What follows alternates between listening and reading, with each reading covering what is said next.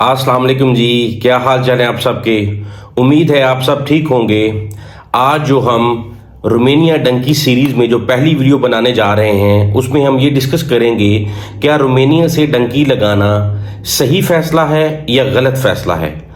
रोमेनिया में मुझे daily basis पर बहुत सारे लोग ऐसे मिलते हैं जो यहाँ पे वो वर्क वीज़ा पर आते हैं, और मैं जब उनसे ये क्वेश्चन करता हूँ कि जी आप रोमेनिया में वर्क वीज़ा पर आ गए हैं तो आप यहाँ पे काम करेंगे या क्या करेंगे, 100% में से मोर देन 99% लोग ये कहते हैं जी हम रोमेनिया तो काम करने के लिए आए ही नहीं हैं, हमने रोमेनिया का वीज़ा सिर्फ इसलिए लिया है कि हमने यहाँ पे आना है और यहाँ से आगे इलीगली मूव कर जाना है। तो मैं उनसे ये कहता हूँ कि जी सबसे पहली मुझे ये चीज़ बताएं कि आपको क्या चीज़ जो आपको फेवर करती है कि आप यहाँ पे आप लीगल वीज़ा पर आए हैं, लीगल वर्क वीज़ा पर आए हैं, आपके पास लीगल स्टेटस है, आपके पास लीगल जॉब है, आपके पास लीगल सैलरी है, और टीआरसी कार्ड आप रोमेनिया में जब हासिल करते हैं तो आप लीगली पाकिस्तान जा सकते हैं। अपने जिस कंट्री में भी आपने जाना है, आप इंडिया से हैं, बांग्लादेश से हैं, किसी भी दुनिया के कंट्री से हैं, आपके पास लीगल स्टेटस है, आप यहाँ पे आते हैं, अपना जॉब करते हैं, और जब आप छुट्टी के लिए जाना चाहते हैं तो आप लीगली जा सकते हैं, दोबारा वापस आ सकते हैं। आपको कौन सी ऐसी चीज है जो आपको फेवर करती है कि आप यहां से इलीगल मूव होके आगे चले जाएं या डंकी लगाकर आगे चले जाएं। मोर देन 99% लोगों का कॉन्सेप्ट ये है कि रोमेनिया कंट्री की कोई वैल्यू नहीं है, यहाँ पे हम कोई सर्वाइव नहीं कर सकते, हम यहाँ पे अच्छी लाइफ नहीं बना सकते। कोई भी शख्स जब कोई डंकी के बारे में बात करता है या डंकी के बारे में पूछता है, ये यहाँ से रोमेनिया से इलीगल जाने के बारे में मुझसे पूछता है, तो मेरा क्वेश्चन सिर्फ एक होता है उनसे, मैं उनसे ये क्वेश्चन करता हूं कि आपको क्या चीज है जो फेवर करती है कि आप यहां से इलीगल मूव कर जाएं। क्योंकि आप रोमेनिया में वीजा पर आए हैं, आपके पास लीगल स्टेटस है, आप यहां पे लीगल जॉब कर रहे हैं। अगर आपको पाकिस्तान में, इंडिया, बांग्लादेश, किसी भी कंट्री से आप आते हैं, अगर आपको कोई भी इश्यूज हैं, कोई खुशी है, गमी है, आप अपनी कंट्री में जा सकते हैं क्योंकि आपके पास लीगल स्टेटस है और वापस से आप लीगली आ सकते हैं। लेकिन उनका एक ही, मोर देन 99% लोगों का यही आंसर होता है कि रोमेनिया में हमारे आने का मकसद यहाँ पे रुकना है ही नहीं। हम रोमेनिया का वीजा ही हमने सिर्फ इस वजह से लिया है कि हम रोमेनिया में आते हैं और यहाँ से आने के बाद फौरन यहाँ से आगे डंकी लगा के जर्मनी चले जाएं, फ्रांस चले जाएं, स्पेन चले जाएं, इटली चले जाएं। लोगों के माइंडसेट ये है कि यहाँ पे आप पैसे नहीं बना सकते, रोमेनिया में आपको पैसे अच्छे नहीं बनेंगे। आप जर्मनी चले जाएं, फ्रांस चले जाएं, स्पेन चले जाएं, तो वहाँ पे जाके आप बहुत सारे अच्छे पैसे बना सकते हैं। और जो सबसे बड़ी रीज़न है वो ये है कि किसी ना किसी की फैमिली में से, किसी का अंकल, किसी का चचा, किसी का मामा, किसी का ताया, या किसी का दोस्त, किसी का कज़न, या किसी के गांव से, किसी के मोहल्ले से, किसी के सिटी से, कोई ना कोई ताल्लुक से वो किसी भी आगे यूरोपियन कंट्री में बैठे हैं। बेसिकली मैं लोगों को ये बताता हूं कि आप उनसे ये पूछें कि आप वहां पे कैसे लाइफ गुजार रहे हैं, आपके पास डॉक्यूमेंट्स हैं, नहीं हैं। ये सारी चीजें आप देख कर ये डिसीजन बनाते हैं कि हमें यहाँ से इलीगली जाना अच्छा है, बुरा है, या आप वहां पे जाके क्या कर सकते हैं। लेकिन बहुत सारे लोगों का माइंडसेट ही ये बना होता है कि हमने रोमेनिया में नहीं रहना है, जो मर्जी हो जाए, रोमेनिया में हमने नहीं रहना, रोमेनिया से हमने यहाँ से जाना ही जाना है। तो बहुत सारे केसेस में लोग यहाँ से डंकी इसलिए भी लगाते हैं कि लोगों के माइंडसेट ये क्लियर नहीं है कि वो ये समझते हैं कि रोमेनिया में हमारा सर्वाइवल नहीं हो सकता। मैं आपको अब ये बताता हूं कि डंकी लगाना किसी भी सूरत में आपका राइट डिसीजन नहीं हो सकता। उसकी वजह यह है कि जब आप किसी भी कंट्री में आते हैं, आपके पास उसका लीगल स्टेटस है। एग्जाम्पल के तौर पे मैं आपको ये बताता हूं कि अगर कोई भी शख्स किसी भी कंट्री से, वो पाकिस्तान, इंडिया, बांग्लादेश, श्रीलंका, किसी भी कंट्री से रोमेनिया में वर्क वीज़ा पर आता है, उसके पास यहाँ पे लीगल स्टेटस है। वो अपना टीआरसी कार्ड बनाने के बाद उसके पास 1 साल तक का वीज़ा होता है। वो 1 साल में अपनी कंपनी भी चेंज कर सकता है, कंपनी चेंज नहीं करनी तो उसी कंपनी में अपनी जॉब को कंटिन्यू करते हुए हर साल के बाद अपना टीआरसी कार्ड बना सकता है।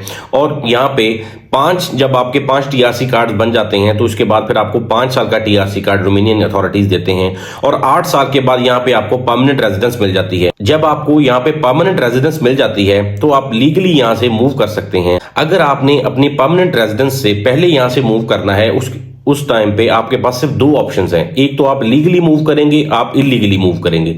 इलीगली मूव करेंगे, आप डंकी लगाएंगे और आगे चले जाएंगे, और लीगली मूव ऐसे करेंगे कि आप यहाँ पे रुक के अपना यूरोप के जो आप चाहते हैं कि जी इस कंट्री में मेरा सर्वाइवल है, ये मेरा कंट्री का गोल है कि मैंने यहाँ पे जाना है, यहाँ पे रहना है, तो वहाँ पे आपको देखें कि आपको कौन सी सूटेबल जॉब है और आप उस जॉब के लिए अप्लाई करें। अगर वो कंपनी आपका इंटरव्यू करेगी, इंटरव्यू करने के बाद अगर वो आपको शॉर्टलिस्ट करती है तो वो आपका प्रोसेस इनिशिएट करेगी, आपका वर्क परमिट का प्रोसेस इनिशिएट करेगी और वहाँ से आपके डॉक्यूमेंट्स आएंगे। यहाँ पे रोमानिया में जो उनकी कॉन्सुलेट है या एम्बेसी है उनमें आपके डॉक्यूमेंट्स प्रोसेस होने के बाद आपका वर्क परमिट लगेगा और आप लीगली यहाँ से वर्क परमिट की बेसिस पर आप आगे जा सकते हैं। इसके अलावा आपके पास कोई ऑप्शन नहीं है। तो मैं लोगों को ये कहता हूं कि सबसे जो बेसिक और इंपॉर्टेंट चीज है वो आपका स्टेटस है। अगर आपका स्टेटस लीगल है, आप किसी भी कंट्री में, यूरोप की किसी भी कंट्री में हैं, आपके पास स्टेटस लीगल होना चाहिए क्योंकि आपके राइट्स होते हैं। आप यानी अपनी कंट्री में फ्रीली मूव कर सकते हैं, आप with in country freely move कर सकते हैं, आपको किसी चीज़ का डर नहीं होता। आपको अपनी कंट्री में कोई खुशी है, गमी है, आप एक टिकट करते हैं और वापस चले जाते हैं और वापस टिकट करके वापस आ जाते हैं। इस तरह अगर आपके पास स्टेटस ही नहीं है तो आपके पास बहुत सारी प्रॉब्लम्स होती हैं, जैसा कि लोग यहाँ से डंकी लगाकर आगे चले जाते हैं। आगे जाने के बाद उनके साथ बहुत सारी प्रॉब्लम्स आती हैं कि बहुत सारे लोगों को वहाँ पे असाइलम की एप्लीकेशन डालने में बहुत बड़ी प्रॉब्लम्स होती हैं। बहुत सारे लोग 5-5, 6-6 माह तक कैंप्स में बैठे रहते हैं और वहाँ पे यहाँ पे आप वर्क परमिट पर आते हैं, आपको मंथली सैलरी मिल रही होती है, आपको फूड और लिविंग मिल रही होती है। जब आप यहाँ से इलीगल चले जाते हैं आगे जाके आपको 6-6, 7-7 मंथ आपको कैंप्स में बैठना पड़ता है। आपकी रिफ्यूजी के लिए आपको एप्लीकेशन के लिए वेट करना पड़ता है। जब तक आपको अप्रूवल नहीं मिलती आप वहाँ पे कोई भी लीगली जॉब नहीं कर सकते। तो ये बहुत सारी प्रॉब्लम होती हैं जो लोग यहाँ से डंकी लगाकर आगे चले जाते हैं। सेकंड चीज जो लोग ये समझते हैं कि ये राइट डिसीजन है, वो किन बेसिस पर इसको राइट डिसीजन कहते हैं? वो राइट डिसीजन इसको इस बेसिस पर कहते हैं कि सबसे पहली चीज वो जो मैंने आपको पहले भी बताई, माइंडसेट का प्रॉब्लम है। वो लोग रोमानिया को कंट्री इस तरह की समझते नहीं है कि जहां पे वो अपनी लाइफ को अच्छा बना सकते हैं, यहाँ पे अपना फ्यूचर सिक्योर कर सकते हैं। सबसे बड़ी चीज ये है कि हमारे माइंडसेट में ये है कि ये रोमानिया बेसिकली कोई कंट्री नहीं है, यहाँ पे रहने का कोई फायदा नहीं है, यहाँ पे आप अपनी जो फर्दर फ्यूचर है उसको सिक्योर नहीं कर सकते।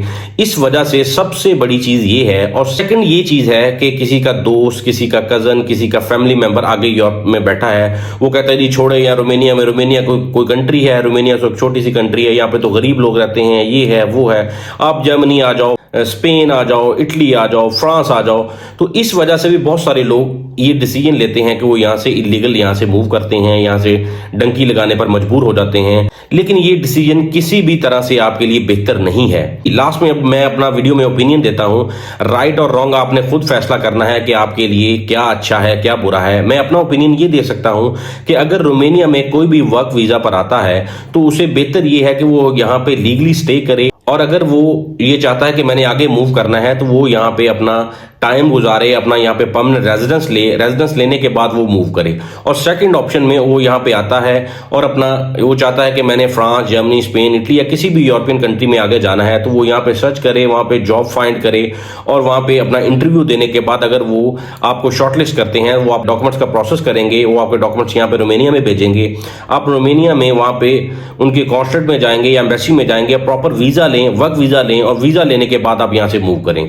और यहाँ से इलीगली मूव करना, डंकी लगा के जाना, ये कोई भी राइट डिसीजन नहीं है। इससे आपकी जिंदगी में मुश्किलात में इजाफा होता है, ना कि आसानियां आती हैं।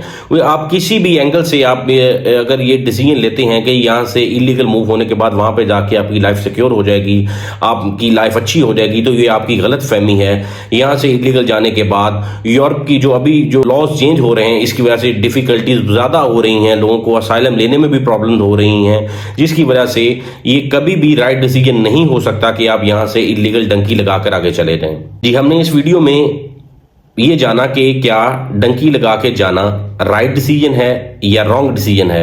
अब नेक्स्ट वीडियो सीरीज में हम आपको ये बताएंगे कि लोग यहाँ से डंकी किस तरह लगा के जाते हैं। लोग यहाँ से टैक्सी में जाते हैं, लोग यहाँ से ट्रॉलर में जाते हैं, लोग यहाँ से पैदल चल के जाते हैं या किसी और वे से जाते हैं। ये हम सीरीज की नेक्स्ट वीडियो में आपके साथ डिस्कस करेंगे और आपको कंप्लीट इंफॉर्मेशन देंगे। तो लिहाजा बने रहें हमारे साथ वीडियो में। मिलते हैं नेक्स्ट वीडियो में। अल्लाह हाफिज।